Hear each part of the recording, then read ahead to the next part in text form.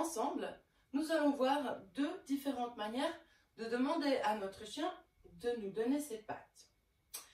Je vous conseille d'essayer la première méthode qui va marcher avec un chien sur deux. Du coup, vous essayez et si ça ne fonctionne pas, vous essayerez l'autre méthode. Donc, la méthode est très simple. Je prends une récompense stimulante, je la ferme dans ma main et je bloque l'accès au chien. Le chien va essayer plein de choses et à un moment donné, il devrait penser à me donner la patte. Bien!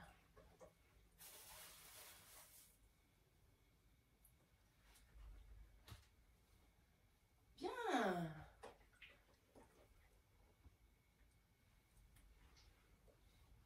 Voilà, super!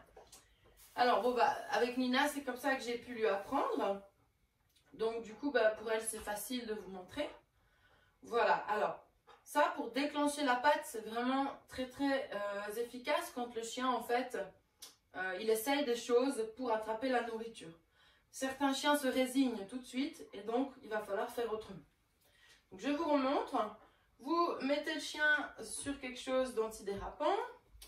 Sauf dans l'herbe, hein, il n'y a pas besoin. Et puis, vous allez fermer la nourriture dans votre main, tendre la main et attendre que le chien essaye en fait d'ouvrir votre main avec sa patte. Donc ça, c'est l'étape 1. Et si votre chien il fait ça, vous allez pouvoir dire patte, par exemple. Alors, faites attention parce qu'on va mettre un mot pour chaque patte. Et il faut que vous sachiez quel mot est quel côté. Voilà, du coup, pour la première méthode, c'est ça. Je pense que ce qui serait pas mal avec la première méthode pour lui faire prendre conscience qu'il a deux pattes, c'est de prendre deux bonbons et puis de tendre un bras et une patte. Voilà, et puis de libérer que quand le chien il donne la bonne patte, c'est-à-dire celle-ci. Et vous nourrissez le chien du côté où il a donné la patte. Comme ça, il est validé sur le bon côté. Et puis, de temps en temps, vous changez la patte. Et puis, quand vous tendez ce bras-là, le chien tend cette main-là. Donc ça, c'est pour l'étape 1. Enfin, en tout cas, le début de l'étape 1 de la première méthode. Et là, vous allez commencer à mettre le mot patte. Donc déjà là, j'ai commencé à enlever le bonbon dans la main. Vous avez vu? Le bonbon n'est plus dans la main.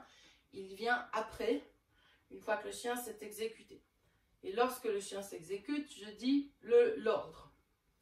Et donc pour ce côté, l'autre côté, donc moi j'ai le mot l'autre.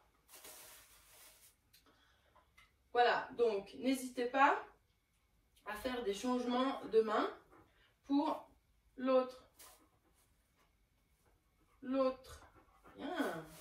Pour justement que le chien ne donne pas tout le temps la même main, qu'il ne donne pas toujours l'une et l'autre, mais qu'il puisse donner 2 fois la même patte quand il est concentré. Ou 3 fois, ou 4 fois, etc. Donc l'intérêt d'avoir 2 mots différents, c'est que le chien va pouvoir donner plusieurs fois la même patte et surtout que ça lui fait travailler sa latéralisation et sa motricité. Ensuite, une fois que le chien il commence à comprendre de quoi il retourne, on va passer sur l'étape 2.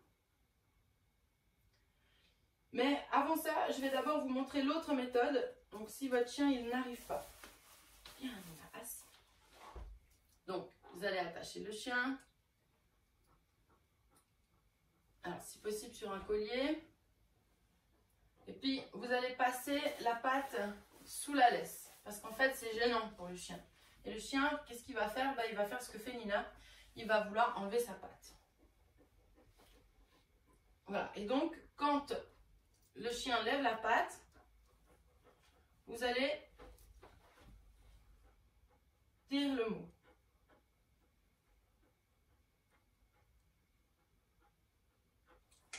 L'autre, patte, pardon, je me suis trompé le mot. Voilà, donc avec certains chiens au début, il faut un petit peu tirer, hein, n'ayez pas peur, hein, il va vite comprendre. Mais il y en a qui ont besoin d'aide hein, pour cet exercice en particulier. Donc, n'hésitez pas à assis. Essayez que le chien il reste statique. Assis. Ouais, je sais que tu n'as pas l'habitude comme ça. Hop. Donc là, elle propose ce bras parce qu'en fait, je suis en train de tenir la laisse avec ce bras et elle trouve ça plus normal. Ce qui est vrai, c'est bien Nina. Voilà, moi je voudrais qu'elle lève la patte où elle sent la tension. Patte. Voilà. Et puis vous allez répéter cette opération-là toujours avec la même patte au début, jusqu'à ce que le chien il ait plus besoin de la laisse et que quand vous faites ça, il vous donne la patte. Une fois que votre chien il a déjà l'étape 1 d'un côté sans la laisse, vous allez passer à l'autre patte par exemple. Ou alors vous pouvez passer directement à l'étape 2 d'un seul côté. Ça c'est à vous de choisir.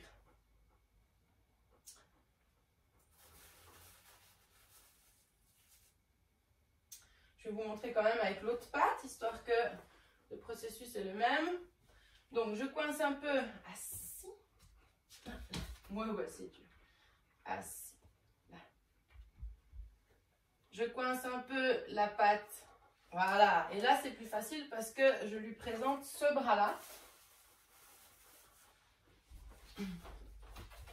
Touche. Ouais. Voilà. Hop.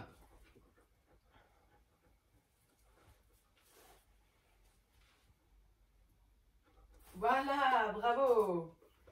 Voilà, et quand le chien commence à comprendre,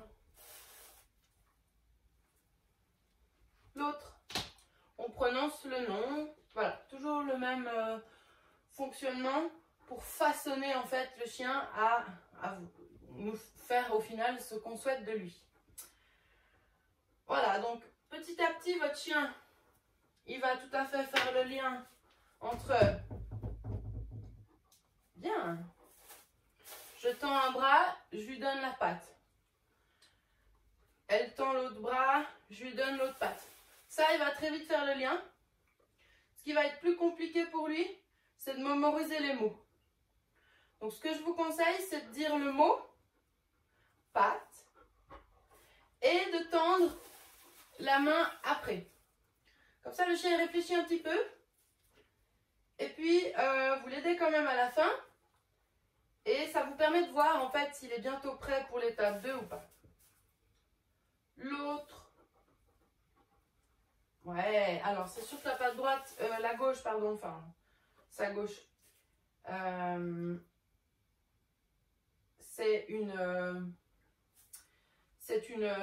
l'ai moins travaillé forcément parce que je commence toujours par sa droite, enfin ma droite. Et, ouais, t'es sage.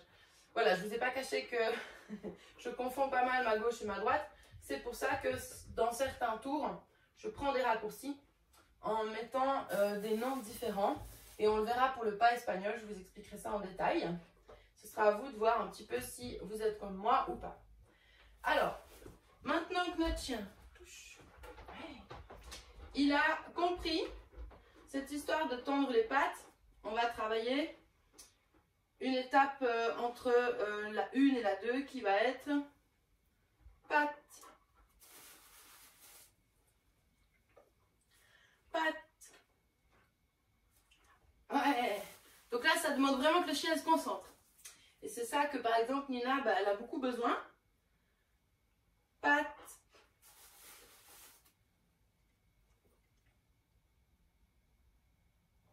Patte.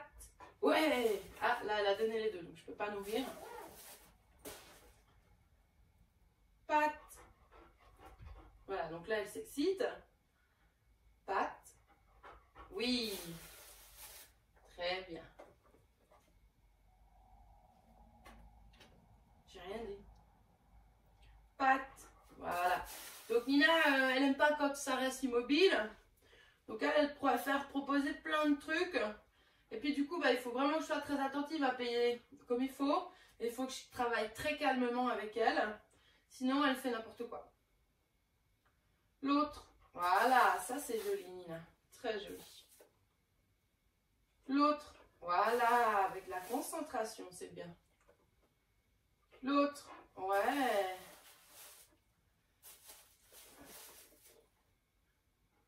Non, j'ai rien dit. Pattes. Oui, super. Voilà, et puis en fait, en faisant ça, bon, c'est pas toujours facile de se coordonner parfaitement. Vous essayez de dire le mot et de bouger le bon bras après. D'accord? C'est déjà pas évident pour nous. Donc vous allez vous tromper, c'est normal, ça fait partie du jeu. Essayez de rester bien concentré. Et puis petit à petit, en fait, vous verrez que le chien, il a de moins en moins besoin d'être aidé. Puis de temps en temps, il se trompe, soit parce qu'il n'est pas attentif, soit parce que c'est pas encore très clair dans sa tête. Voilà. Donc, on refait un petit peu le jeu. Pattes. Ouais. Pattes. Oui. Pattes. Bah non, ça fait 3 erreurs. Hein. Nina. Nina. Fixe. Assis. Bien. Pattes. Voilà. C'est dur de se concentrer, je sais. L'autre. Voilà. Joli, joli. L'autre. Voilà. C'est bien, mon chien. Alors, dans un premier temps, vous l'aidez en prolongeant le bras. Et puis en fait, au bout d'un moment, vous verrez que le chien, il n'a plus besoin. Puis s'il se trompe, là, vous réaidez un petit peu. Au début, vous nourrissez, même s'il se trompe, parce qu'il a de la bonne volonté, puis il est en train d'apprendre. Puis là, Nina, je ne la nourris pas parce que elle sait faire, c'est juste qu'elle n'est pas hyper concentrée. Alors, c'est pas non plus facile de rester concentrée alors que j'explique et tout. Donc, voilà, c'est pour ça que on le paye aussi en fonction de la mesure de ses besoins, de ses capacités et aussi en fonction du contexte. Voilà, donc vous allez déjà travailler cet exercice progressivement et puis on se retrouve dans l'apprentissage du pas espagnol dans le module augmenter la difficulté pour comprendre davantage en fait le processus pour augmenter les étapes 2 et 3 sur ce tour particulier qu'on peut encore après développer. À bientôt. Libre, c'est bien Nina.